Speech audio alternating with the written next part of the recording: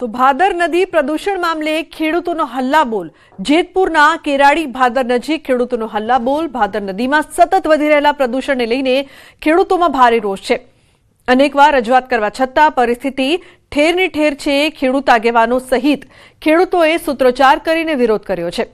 પ્રદૂષણ મામલે અનેકવાર રજૂઆત કરવા છતાં જીપીસીબી દ્વારા કોઈ કાર્યવાહી નહીં। કેરાડી લુણાગરા સહિતના આજુબાજુના ગામોના ખેડૂતો ભાદર નદી પહોંચીને વિરોધ કરી રહ્યા છે। તો ઉલ્લેખનીય છે કે ખેડૂતો દ્વારા હલ્લાબોલ કરવામાં આવ્યો છે। મુનાફ લાઈવ જોડાયા છે વધુ માહિતી આપવા માટે। વધી રહેલા પ્રદૂષણને લઈને જે પ્રકારથી ખેડૂતોમાં ભારે રોષ છે। મુનાફ, અનેક વખત રજૂઆત કરવા છતાં પણ કોઈ પરિસ્થિતિને બદલાવ નથી જોવા મળી રહ્યો। શું હાલની માહિતી? ખેડૂતોમાં કેટલો રોષ આપ જોઈ રહ્યા છો મુનાફ?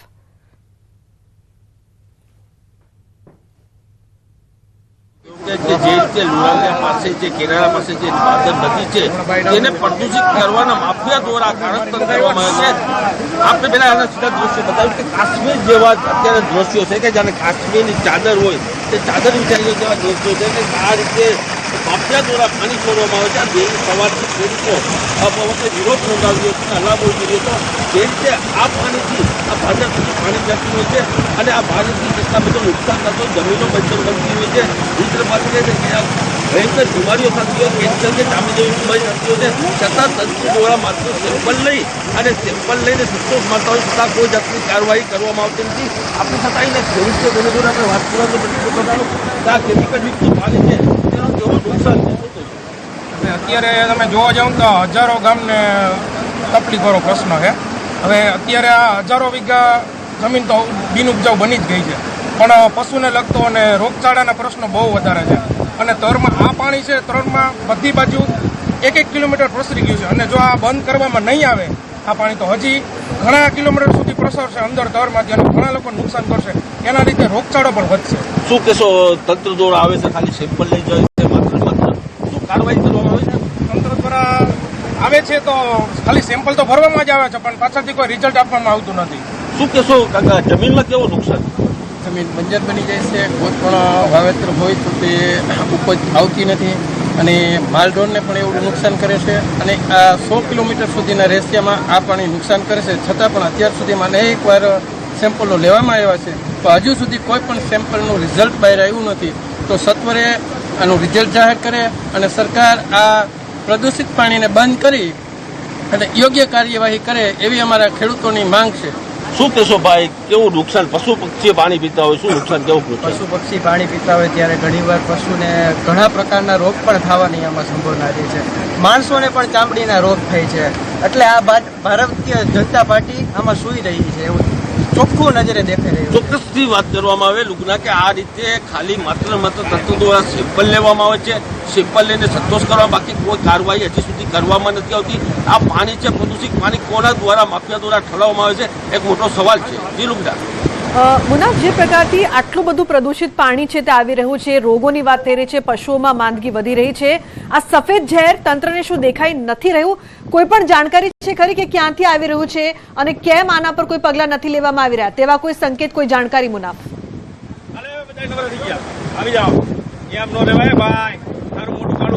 બિલકુલ, જો જે રીતે આપ કહી રહ્યા છો કે આ તંત્ર દ્વારા તંત્ર તો આવે છે માત્ર સેમ્પલ લઈ અને સંતોષ કરે। જ્યારે થોડા દિવસ પહેલા ન્યૂઝ 18માં અહેવાલ ચલાવ્યા હતા તેની અસર પડી અને તંત્ર તાત્કાલિક તંત્ર આવી અને સેમ્પલ લઈ ગયા, પણ માત્ર ખાલી સેમ્પલ લઈ અને સેમ્પલ દ્વારા ખાલી સંતોષ કરવામાં આવે છે।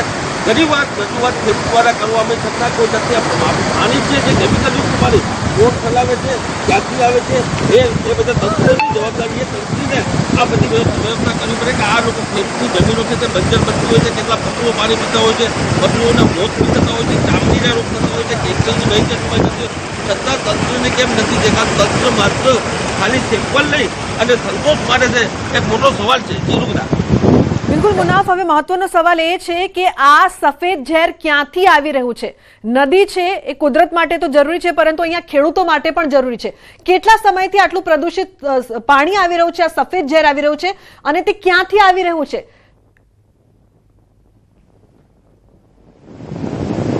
બિલકુલ ચોક્કસ આ જે ભાદરનું પાણી છે જેતપુરથી ડાયરેક્ટ આવી રહ્યો છે। જેતપુરના અંદરમાં જે નગરપાલિકા દ્વારા જે ભોગરા છે તેમાંથી આવી રહ્યો છે તેવું અત્યારે કહી રહ્યા છે। છે જેતપુરનો અમુક માફિયા દ્વારા જે ટેન્કર ઠલવામાં આવે ટેન્કર ઠલાવી અને આ ભાદર નદીને મેલી કરવામાં આવે છે. કોનો હક છે કે ભાદર નદીને મેલી કરી શકે?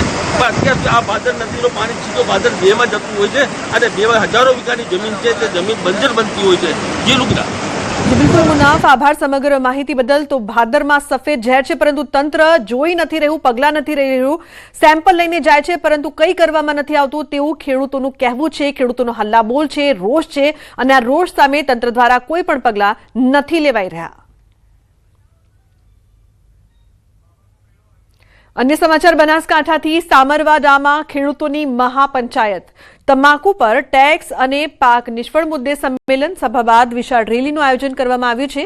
રાષ્ટ્રીય કિસાન સંગઠનના બેનર હેઠળ આયોજન કરવામાં આવ્યું છે. તો રેલી યોજીને આવેદનપત્ર આપવામાં આવશે. તો સભા બાદ વિશાળ રેલીનું આયોજન કરાયું છે. ઉલ્લેખનીય છે કે બનાસકાંઠાથી મહત્વપૂર્ણ સમાચાર.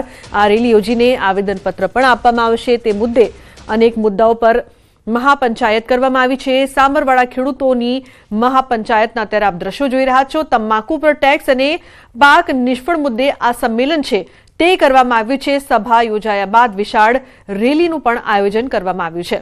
કિશોર જોડાયા છે વધુ માહિતી આપવા માટે. કિશોર, વિવિધ માંગો સાથે આ રેલી અને મહાસભા, શું વધુ માહિતી, શું વધુ અપડેટ?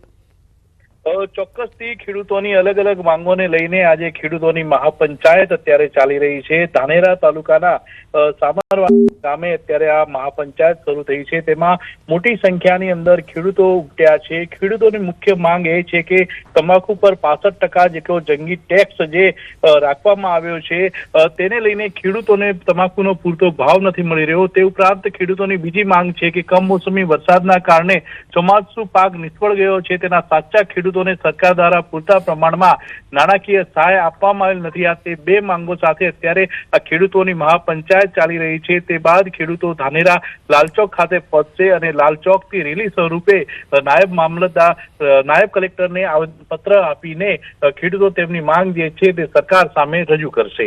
લુબના. બિલકુલ કિશોર, આભાર સમગ્ર માહિતી બદલ. તો જે માંગ છે તે સરકાર સમક્ષ રજૂ કરવામાં આવશે. સોના ચાંદીના ભાવમાં ફરી તેજી જોવા મળી છે. 10 ગ્રામ સોનાનો ભાવ 1,65,000 થઈ ગયો છે. તો 1 કિલો ચાંદીનો ભાવ 3,58,000 પર પહોંચ્યો છે. સોનાનો ભાવ ઓલ ટાઈમ હાઈ સપાટી પર પહોંચ્યો છે. તો મહત્વપૂર્ણ સમાચાર, હવે સોનું વધુ મોંઘું થયું છે. 10 ગ્રામ સોનાનો ભાવ 1.65 લાખ થઈ ગયો છે અને 1 કિલો ચાંદીનો ભાવ 3,58,000 પર પહોંચ્યો છે. સતત સોના ચાંદીના વધતા ભાવ ખાસ કરીને લોકોમાં પણ ચિંતાનો વિષય છે. દીપિકા જોડાયા છે વધુ માહિતી આપવા માટે. દીપિકા, સોના ચાંદીમાં આટલી બધી તેજી, ફરી એકવાર ભાવ વધ્યા, શું માહિતી, શું અપડેટ આપની પાસે? લુબના આંતરરાષ્ટ્રીય બજારમાં સોનાનો ભાવ છે $5,000 વટાવી ગયો છે અને ખાસ કરીને જો વાત કરવામાં આવે તો 24 કેરેટ સોનાનો ભાવ આજનો ભાવ છે તે 1,65,000. જ્યારે ચાંદીમાં પણ આગ ઝરતી તેજી જોવા મળી રહી છે. વૈશ્વિક બજારમાં જે પ્રકારની અનિશ્ચિતતા છે તેને લઈને ખાસ કરીને સોના ચાંદીના ભાવ હજુ પણ વધી શકે તેવી શક્યતાઓ નિષ્ણાતો માની રહ્યા છે. જોકે હજુ પણ સોના ચાંદીના ભાવ વૈશ્વિક તણાવ અને તેમાં પણ ખાસ કરીને બજેટની જે પ્રકારે એક્સપેક્ટેશન છે તેને લઈને નિષ્ણાતોનું માનવું છે કે હજુ પણ સોના ચાંદીના ભાવ વધી શકે છે. મહત્વની વાત છે કે યુએસ નીતિઓ અને ખાસ કરીને ફેડરલ રિઝર્વના નિર્ણયો છે તેના દ્વારા પણ ખાસ કરીને સોના ચાંદીના ભાવમાં જે ઉથલપાથલ છે તે જોવા મળી રહી છે. જોકે આજની જે ઓલ ટાઈમ સપાટી વટાવી ગયો છે, છેલ્લા 10-15 દિવસની વાત કરીએ તો દરરોજ લગભગ 5,000નો વધારો ઓવરઓલ જોઈએ તો જોવા મળી રહ્યો છે. તો હાલ 1,65,000ની સપાટી છે તેને સોનું પહોંચ્યું છે અને હજુ પણ ભાવ વધી શકે તેવી શક્યતાઓ જોવા મળી રહી છે. બિલકુલ દીપિકા, ચિંતાનો વિષય ખાસ કરીને તમામ લોકોની સાથે મહિલાઓ માટે પણ વધુ જોવા મળી રહ્યો છે અને આ ચિંતાની વાત આપે જણાવી કે હજુ ભાવ વધશે. આખા મહિનાની જો દીપિકા વાત કરીએ તો સમગ્ર મહિનામાં કેટલો ભાવ વધારો જોયો છે આપે? બિલકુલ, સમગ્ર મહિનાની જો વાત કરવામાં આવે તો જાન્યુઆરી મહિનાની અંદર 2026નો પહેલો દિવસ હતો જ્યારે સોનાના ભાવમાં લગભગ 1,45,000ની આજુબાજુ ભાવ ચાલતો હતો. એટલે અત્યારે કહી શકાય કે સોનાના ભાવમાં આજે 27 તારીખે કહી શકાય કે જે પ્રકારે 1,65,000નો ભાવ છે તે જોવા મળી રહ્યો છે. એટલે લગભગ 25,000ની આસપાસનો જે ડિફરન્સ છે એટલે 25,000 થી 30,000નો જે ભાવ વધારો છે તે સોનામાં જોવા મળી રહ્યો છે. જો એક બીજી તરફ ચાંદીની વાત કરવામાં આવે તો ચાંદી ચાંદીની જે સપાટી છે 2 લાખની આસપાસ, 2,65,000ની આસપાસ જોવા મળી રહી હતી, જે અચાનક જ 3 લાખ એટલે બહુ મોટો ફેરફાર કહી શકાય કે 50,000 થી 70,000ની આજુબાજુ જે છે તે ચાંદીનો ભાવ વધારો તેમાં પણ જોવા મળી રહ્યો છે. એટલે આટલો મોટો ડિફરન્સ જે જોવા મળી રહ્યો છે, અનેક જે વૈશ્વિક નીતિઓની મેં વાત કરી કે તે પ્રકારે અનેક કારણો જવાબદાર છે, પરંતુ મોટો ભાવ વધારો બિલકુલથી 2026નો આ કહી શકાય. લુબના, દીપિકા, ભારત અને EU વચ્ચે FTA નું જે એગ્રીમેન્ટ થયું છે, શું તેની પણ અસર પડી છે અને આવનારા સમયમાં પડશે ખરી?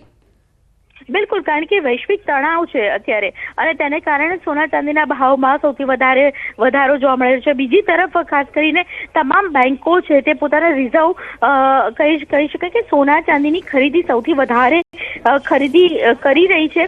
એમાં પણ 4 દિવસ બજારમાં જે પ્રકારની રજા જોવા મળીને ત્યારબાદ સોના ચાંદીના ભાવમાં આ વખતે આ સપ્તાહની અંદર સૌથી વધારે મજબૂતાઈ છે તે જોવા મળવાની હતી અને તે પ્રકારે હાલ મજબૂતાઈ જોવા પણ મળી છે. ફેડરલ રિઝર્વના જે નિર્ણયો છે તેના દ્વારા પણ સોના ચાંદીના ભાવમાં ટેરિફના મુદ્દાઓ છે તે પણ મહત્વના બની રહ્યા. તો આ પ્રકારની જે અનિશ્ચિતતા વૈશ્વિક બજારમાં જોવા મળી અને તેને કારણે સોના ચાંદીના ભાવમાં હાલ વધારો જોવા મળે. તો હજુ પણ તે પ્રકારે આપે કહ્યું કે જે પ્રકારે MOUની અસર તો તે પણ બિલકુલ કહી શકાય. હજુ પણ બજેટ આવનાર છે તો બજેટને લઈને પણ મહત્વની ચર્ચા વિચારણા રહેશે. સોના ચાંદીના ભાવમાં હજુ પણ ઉથલ પાથલ થઈ શકે તેવી શક્યતાઓ વર્તાઈ રહી છે. બિલકુલ દીપિકા, આભાર સમગ્ર માહિતી બદલ.